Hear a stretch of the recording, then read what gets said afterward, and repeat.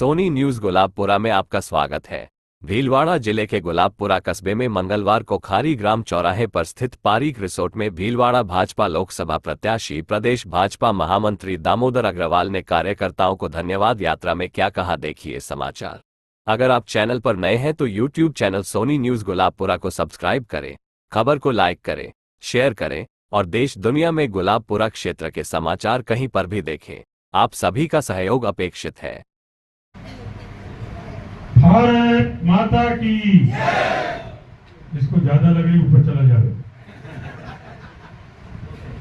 Vande Mataram, Vande Mataram. BJP जिंदाबाद, जिंदाबाद, जिंदाबाद। बीजेपी जिंदाबाद, जिंदाबाद, जिंदाबाद। नरेंद्र मोदी जिंदाबाद, जिंदाबाद, जिंदाबाद। नरेंद्र मोदी जिंदाबाद, जिंदाबाद, जिंदाबाद। आज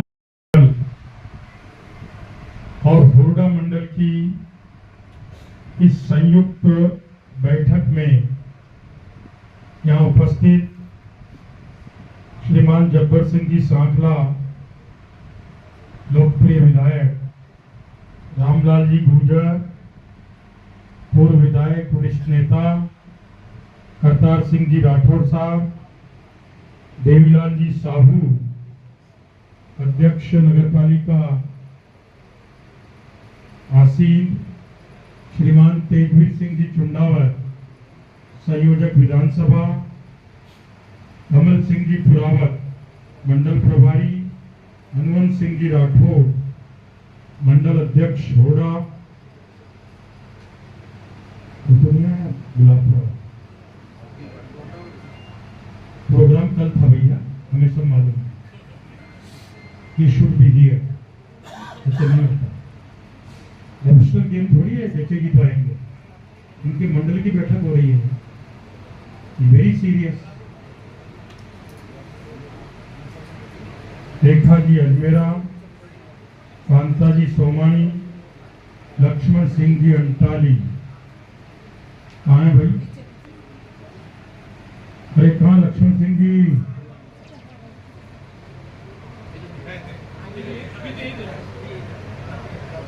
प्रदीप जी राका, उमराव जी चौड़िया, भाई रोशन जी मेघवंशी, मनोज जी तोशनीवाल, विकास आचार्य और यहाँ उपस्थित समस्त कार्यकर्ता भाइयों बहनों। आज कोई भाषण का दिन नहीं है, मैं तो केवल आपको धन्यवाद देने आया। अभी हाल ही संपन्न लोकसभा चुनाव में आप सब कार्यकर्ताओं ने, बूथ अध्यक्षों ने, उनकी टीम ने, शक्ति केंद्र संयोजकों ने अपने अपने बूथ पर, अपने अपने क्षेत्र में जी तोड़ मेहनत की, समय दिया, परिश्रम किया, पसीना बहाया और उस पसीने में से राष्ट्रवाद को, कमल को खिलाने के लिए, राष्ट्रवाद का कमल खिलाने के लिए जो आपने जतन किया वो अभिनंदनीय है, वंदनीय है, प्रणम्य है। मैं उसके लिए आप सबका धन्यवाद ज्ञापित करता हूं, आभार ज्ञापित करता हूं। यहाँ एक विषय को अंडरलाइन किया गया था कि हमने बूथ एजेंट को ही बुलाया। हम में से जो कार्यकर्ता बूथ पर अंदर बैठे एजेंट बनकर भाजपा के, हाथ खड़ा करें।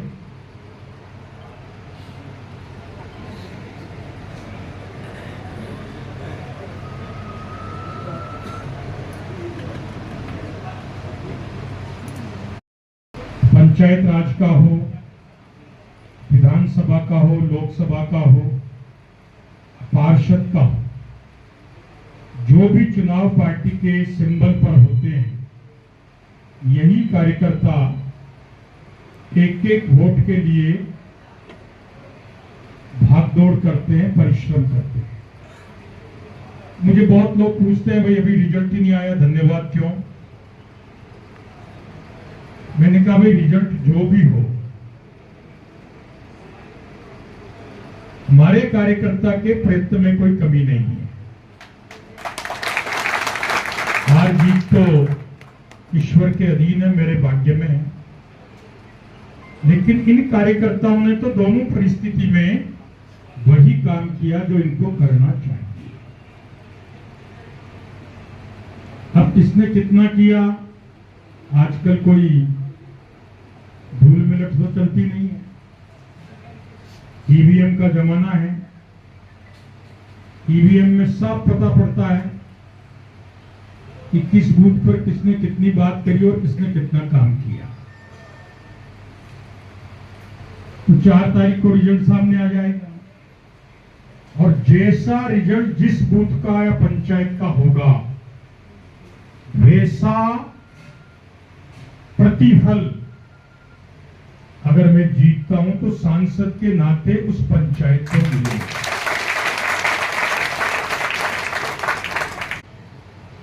4 पीढ़ियां इस राष्ट्रीय पुनर्जागरण के यज्ञ में अपने आप को खपा चुकी है। 2 से भारतीय जनता पार्टी तेज गति से, द्रुत गति से आगे बढ़ने वाली पार्टी है। अटल जी ने एक बात कही थी, टूटे मन से कोई खड़ा नहीं होता और छोटे मन से कोई बड़ा नहीं होता। अटल जी की बहुत प्रसिद्ध पंक्ति है। हमारे कार्य में, हमारे व्यवहार में जैसी वाणी वैसी करनी है, तो दुनिया में हमको आगे बढ़ने से कोई रोक नहीं सकता। भारतीय जनता पार्टी अब 5-10 साल से एक सकारात्मक मोड़ पर चल रही है, जहां कार्यकर्ताओं को तराशा भी जाता है, और जो कार्यकर्ता साइलेंट वर्क करते हैं, परिणाम देते हैं, समय देते हैं, संसाधन जोड़ते हैं, उन कार्यकर्ताओं को आगे बढ़ाने का अवसर आ रहा है।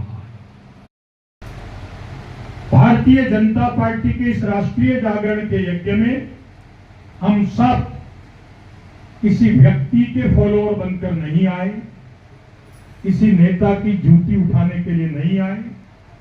हम सब भारत माता पुनः ताकतवर मुल्क के रूप में विश्व में प्रस्थापित हो, इस महान लक्ष्य को लेकर आए। आप देख रहे हो, 2000 से पहले आपने नरेंद्र मोदी का नाम नहीं सुना, और सुना तो एक कार्यकर्ता के रूप में सुना।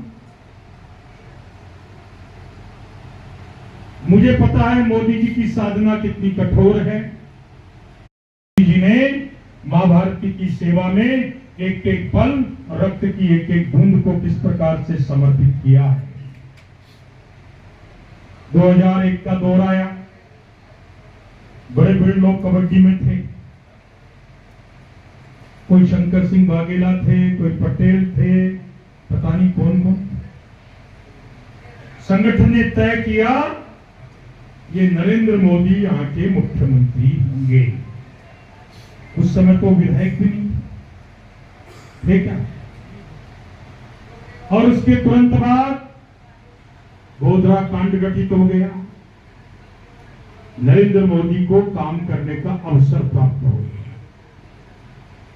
जब तक आदमी को अपॉर्चुनिटी नहीं मिलती, he can not prove his ability, उसकी क्षमता को सिद्ध नहीं कर सकता। लेकिन अवसर मिले तब भी सिद्ध नहीं करें, तो ऐसा समझना चाहिए कि इसके भाग्य में फोड़े। और उस एक घटना ने नरेंद्र मोदी को राष्ट्रीय हीरो बना दिया। और उन 72 घंटों में हिंदुस्तान की हिंदू मुस्लिम समस्या का स्थायी समाधान हो गया। इसको समझ में आवा, सब ताली बजाओ। नहीं आवे तो डर जाके भैया। मैं बहुत दूर की बात करता हूं, ध्यान रखना। और जो एक पूरा दौर चला था 1920 से लेकर 2000 तक, कांग्रेस की मुस्लिम तुष्टीकरण नीति के कारण जो हिंदू मुस्लिम नाइतफाकी, दंगे फसाद, निर्दोष नागरिकों की हत्या, हिंदुओं की संपत्ति लूटना, उस दौर पर गोधरा कांड ने विराम लगा था। तो और आगे बढ़े। 2013 में राष्ट्रीय नेतृत्व ने तय किया मोदी जी प्रधानमंत्री के उम्मीदवार होंगे। परिणाम क्या हुआ? परिणाम ये हुआ कि 2009 तक, 1951 से 2009 58 साल में भारतीय जनसंघ जनता पार्टी से भारतीय जनता पार्टी ने 9 करोड़ लोगों के वोट हासिल किए 2009 लोकसभा में। लेकिन जब नरेंद्र भाई आए, उनके नाम से चमत्कार हुआ और भारतीय जनता पार्टी को 2014 में 9 करोड़ से 15 करोड़ वोट पूरे हिंदुस्तान में प्राप्त। 2019 में 25 करोड़ और इस बार हो सकता है 30 करोड़ से ऊपर। पार्टी एक, मैंने बोला, तेज गति से चलने वाला संगठन है। अभी राजस्थान में चुनाव हुए, भाई शांति रखिए। 5 वर्ष से कबड्डी चल रही थी, वो मुख्यमंत्री होंगी, वो मुख्यमंत्री होंगे, मैं मुख्यमंत्री होऊंगा, चल रहा था। और हम भी छोटे कार्यकर्ता, कहते ना चाय से तपेली ज्यादा गर्म होती, उलझे पड़े थे। कोई कह रहा था, जैसे इन्होंने कहा, महारानी जी मुख्यमंत्री बननी चाहिए। अरे भाई, हमारा काम ही नहीं है, हम क्यों कह रहे हैं? ये शीर्ष नेतृत्व का काम है। किसी ने कल्पना नहीं करी भजन लाल जी मुख्यमंत्री बने। और जब भजन लाल जी का निर्णय हुआ, ये भी वहीं बैठे होंगे, विधायक दल की बैठक। जो यहां विधायक दल की बैठक लेने के लिए पर्यवेक्षक आए, उनको भी पता नहीं था कौन बनेगा। उनको एक लिफाफा दे दिया गया कि जब कोरम पूरा हो जाए और हम फोन करें, इसको खोल लेना या बिना खोले महारानी जी को दे देना और पढ़ के सुना देगी, और ना करे तो किसी और से सुनवा लेंगे, और कोई प्रस्ताव आवे तो मतदान करेंगे। यही इंस्ट्रक्शन। ये भाजपा बहुत बड़े सकारात्मक परिवर्तन की ओर जा रहे हैं, जहां जिस किसी नेता ने ये समझा कि भाजपा मेरी जेब में है, उस नेता का अंत बहुत करीब है।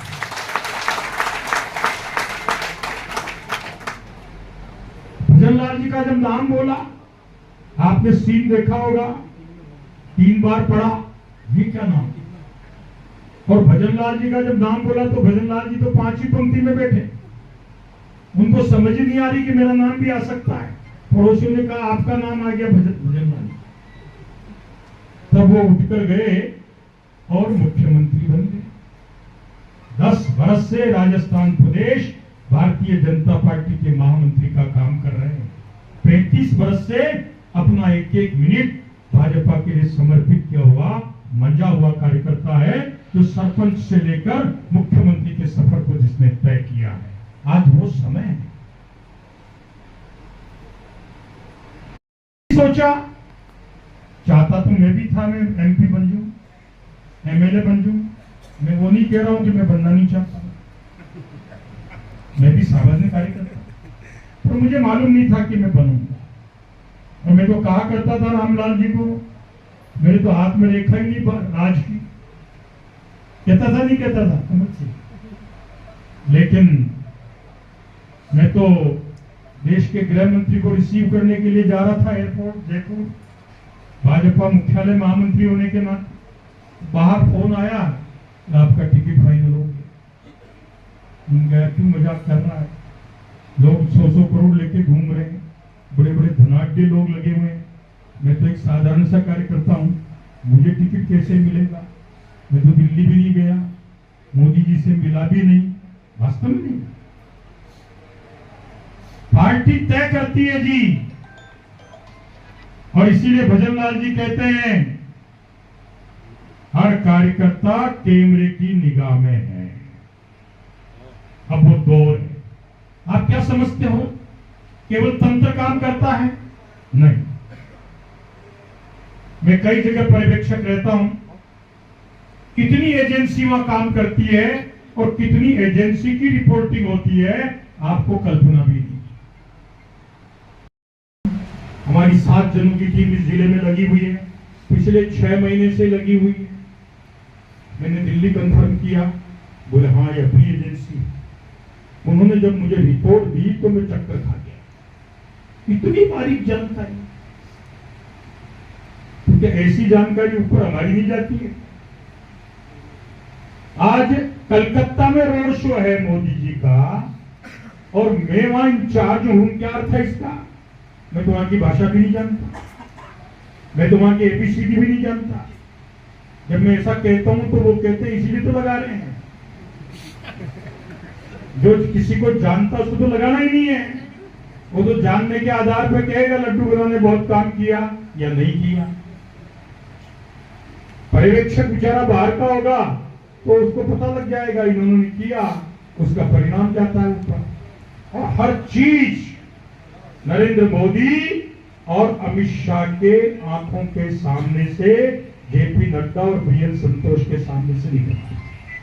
अभी पार्टी उस दौर पर है। इसलिए आज के इस धन्यवाद यात्रा के मौके पर आप सभी का पुनः अभिनंदन करते हुए मैं आपसे हाथ जोड़कर प्रार्थना करता हूं, पार्टी के तंत्र को मजबूत करने के लिए प्राणपण से जुटे रहिए। भाजपा और उसका कार्यकर्ता न थकता है, न रुकता है, न झुकता। हर परिस्थिति में भारतीय जनता पार्टी के लिए काम करता है। आने वाली चुनौतियां हमारे सामने हैं। पंचायत राज के चुनाव आ रहे, नगर पालिकाओं के चुनाव आ रहे। अब हमें 2 इंजन की नहीं 5 इंजन की सरकार चाहिए। 5 इंजन कौन? सरपंच हमारा चाहिए, प्रधान हमारा चाहिए, जिला प्रमुख हमारा चाहिए, एमएलए यानी विधानसभा मुख्यमंत्री हमारा चाहिए और लोकसभा हमारी चाहिए। 2 बड़ी घाटी हमने पार कर। आज किसी को शंका नहीं कि कौन जीत रहा है, सबको मालूम मोदी जी प्रधानमंत्री बन रहे हैं। लेकिन अब हमको ये 2-3 घाटी और पार करनी है। सरपंच का चुनाव तो बड़ा महत्वपूर्ण चुनाव होता है, शायद पार्टी के कार्यकर्ताओं के लिए पार्टी से बड़ा भी होता होगा, तभी तो आपस में उलझ जाते हैं।